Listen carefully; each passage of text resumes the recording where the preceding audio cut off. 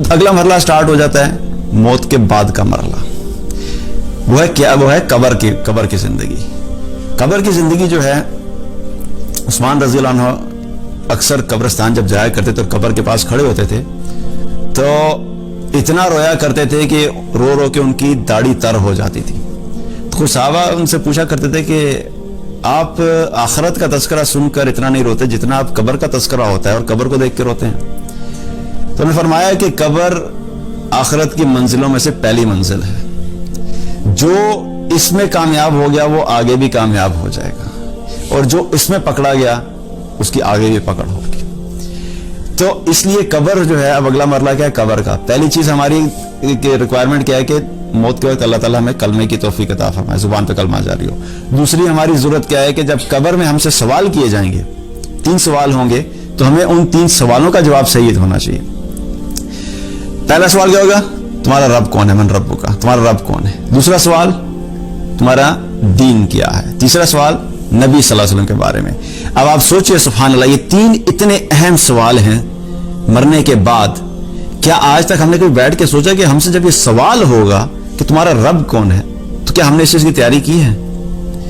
جب تم سے سوال ہوگا اور ہم سے سوال ہوگا کہ تمہارا دین کیا ہے، اسلام ہمارا دین ہے، تو کیا ہم نے یہ تیاری کی ہے کہ ہم اس کی تیاری کر کے جائیں؟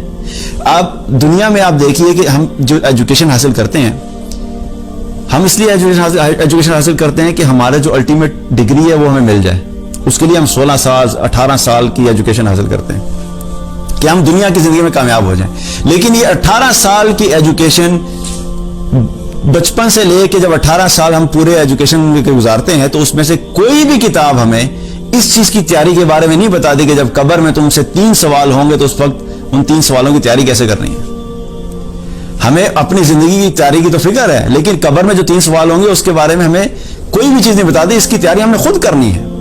اب یہ چیز ہمیں خود سے کرنی ہے کہ ہم اپنے آپ کو ایسے ماحول میں لے کر آئیں کہ جہاں پر اللہ کی بات ہوتی ہو، جہاں پر اللہ کا تذکرہ ہوتا ہو، جہاں پہ اللہ کے رب ہونے کے بارے میں بات ہوتی ہو، تاکہ ہم جتنا سنیں گے کہ اللہ ہمارا رب ہے، جتنا اس بارے میں پڑھیں گے، جتنا اس بارے میں سیکھیں گے، جتنا اس بارے میں لوگوں کو بتائیں گے، اتنا ہی ہمارے دل میں یقین آئے گا.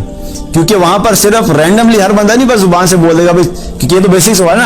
آج اگر میں آپ سے پوچھوں تو گریڈ 2 کا بچہ بھی بتا دے گا کہ رب کون ہے، دین کیا ہے اور نبی کون ہے صلی اللہ علیہ وسلم. لیکن قبر کے اندر ہر بندہ نہیں بتا سکے گا. جس نے ان 3 چیزوں کو اپنی زندگی کے اندر مقصد بنا کے چلا ہوگا اور اس کے اوپر فوکس کیا ہوگا، ان چیزوں کو سیکھا ہوگا، بار بار اپنے شعور کو، اپنے دل کو، اپنے دماغ کو اس چیز پہ یقین دلاتا رہتا ہوگا، تو وہی شخص ہوگا جس کو توفیق ملے گی کہ ان سوالوں کا جواب دے سکے. تو 3 سوال ہو گئے قبر کے. پہلی چیز کیا ہے؟ موت کے وقت لا الہ الا اللہ. دوسری چیز قبر کے 3 سوال. اور پھر اگلا مرحلہ کیا ہے؟ قیامت کے دن جب سارے دوبارہ اٹھائے جائیں گے، جب سب کو اٹھایا جائے گا،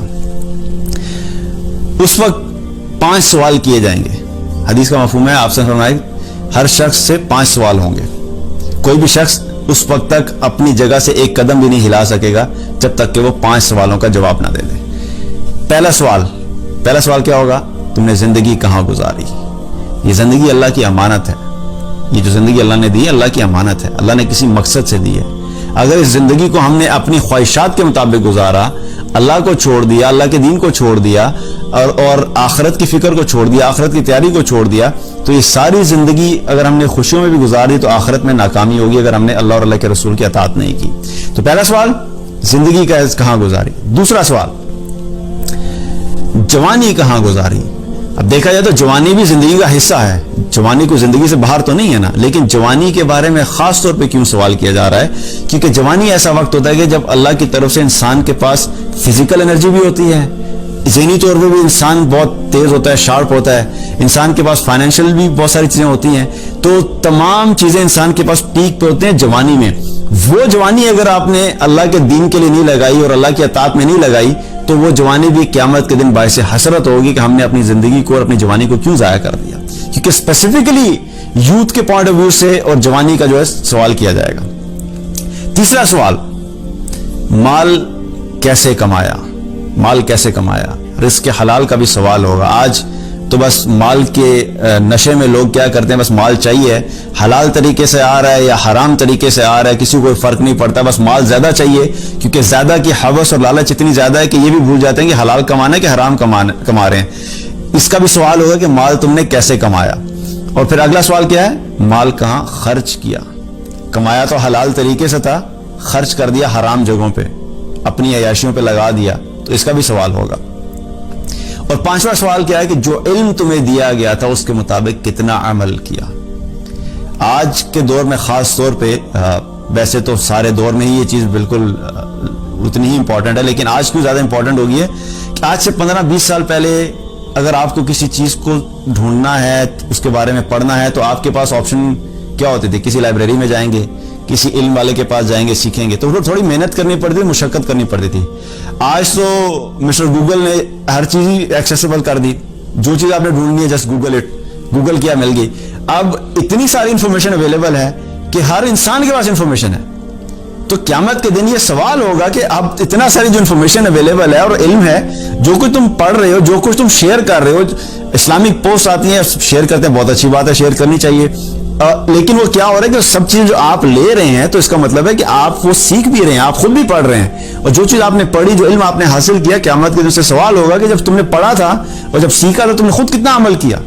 تو پانچواں سوال کیا ہے کہ جو علم تمہیں دیا گیا تھا اس کے مطابق عمل کتنا کیا.